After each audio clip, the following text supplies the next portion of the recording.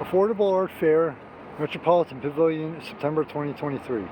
This was the second time I had a chance to cover this event, and I'll use the word privilege seriously, because anytime you get credentials, it is a privilege. Back in March, my first experience blew me away. The amount of artists there, galleries from around the world, literally, a lot from New York, obviously, and the wide variety of art blew me away. Now, with that one on the experience column, this time I was looking for something, see what's changed, see how it's evolving. Now, I don't have a chance to get to this, but Friday night, this is all weekend, Friday night they have an Art After Dark, which is pretty much kind of like an adults only version of the art fair. This is off the press releases and website, where the crowds cut back, not so, to deal with the crowds during the day on the weekend. Less people means kick back, relax, have a couple of drinks, enjoy the fair, and hopefully, if you have the cash or if you have a space where you live, support these incredible artists and galleries with purchases. Unfortunately, I don't have either. But today I could have dropped probably, I'd say, around 100 grand, not a problem, if I had the cash and space. And I'm not joking, I would have easily have done that. But now don't let that number fool you into thinking, oh my God, this is something for the rich, the upper class. No, it isn't. It's called Affordable Art Fair for a reason. And they actually had, I got there, around like 2:15, somewhere in there today, Saturday. And on the second floor, they have the 500 and under and 1,000 and under. Almost every single piece in those two sections had a sign up, I found a home, which is I love the way they phrase that. It's so cool. It kind of like adds a personal, emotional touch to it. Now, as you walk through, the different galleries and artists, from around the world, had price ranges everywhere from a couple $100 all the way up to 10, 20, 30, and higher, 1,000. So it is an affordable art fair. Now I'm going to try to get through all the different aspects of it, more of it real quick. Getting there in the afternoon, I expected a large crowd. It was. Now, the Affordable Art Fair, definitely download the map or pay attention to the maps, because both floors are a maze, literally, of galleries. I mean, they have them separated into aisles. Excuse me. But you can easily get turned around like you would in a maze. And honestly, that's not a downside. That's a plus for me. Excuse me again. Now, another aspect. Now, in case you're thirsty or hungry, they have there's a coffee shop there that had the coffee, and unfortunately, by the time I started getting real hungry, they're out of pastries, but they had croissants and different pastries for you to eat. Upstairs, there was a very small bar for alcoholic and thankfully non-alcoholic beverages. 3 o'clock is a little too early for me to drink unless I'm at an actual art exhibit opening.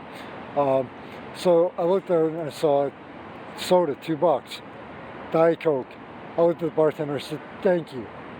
That's what I was really in the mood for. I needed a quick caffeine shot too. So with 2 floors, now here's a tip. When you go there, if and when you go, you attend it, the next one is in March, by the way, 2024. Give it about 3 hours minimum. I figure back in March I blew through it in an hour, big mistake. I was like, all right, I'll give it about 2 hours. I was there between 2.5 and 3 hours, and here's something else that's really cool. I did several laps around every aisle, perimeter, and everything. And every time I walked down the aisle, I'm like, how the hell didn't I see that before? Wow, missed that one earlier. So every time you walk through, you will guarantee you will see something that you missed, you didn't see, you overlooked on your previous pass by. The gallery owners and artists were more than happy to talk to people, which I kind of try to keep my conversations so minimal at these events, because the amount of people I talk to and everything, it's like, okay, I can always contact them online with any questions, etc. Now, as far as the art goes, pretty much pick a style, pick a genre. It's there, honestly. I mean, I know nothing about, I know abstract, I can tell abstract art, that's about it. But as far as styles go, photography, sculpture, the wide range of talents and genres, paintings, drawings, you name it, abstract, realism I do know, cubism, which I kind of figured that part out from one of the galleries that was there, modern, modern paintings, photography, but here's my favorite. I'm at the point now, maybe it's because of a few thousand art exhibits over the past 10 years, or just maybe just living in 2023 and hitting a couple interactive galleries. I think I told one or two gallery owners this. I said, I love it when the artist makes it jump off the canvas, when it brings it to life, when it's a more three-dimensional interactive style. And there were, I don't remember their gallery off the top of my head, but the one gallery from, I think it was Korea, had holograms that literally visually came off the canvas. Like, you looked at it from the one angle, and it looked like, okay, here's the canvas, here's the edge of the creation hologram, to give you points of reference. So I really, when I was doing my laps around, I was looking for things that would really grab my attention. The two-dimensional art is something I would never have a talent in a million years for. And so much credit to the art, to two-dimensional artists, and especially when they do make their creations pop off the canvas.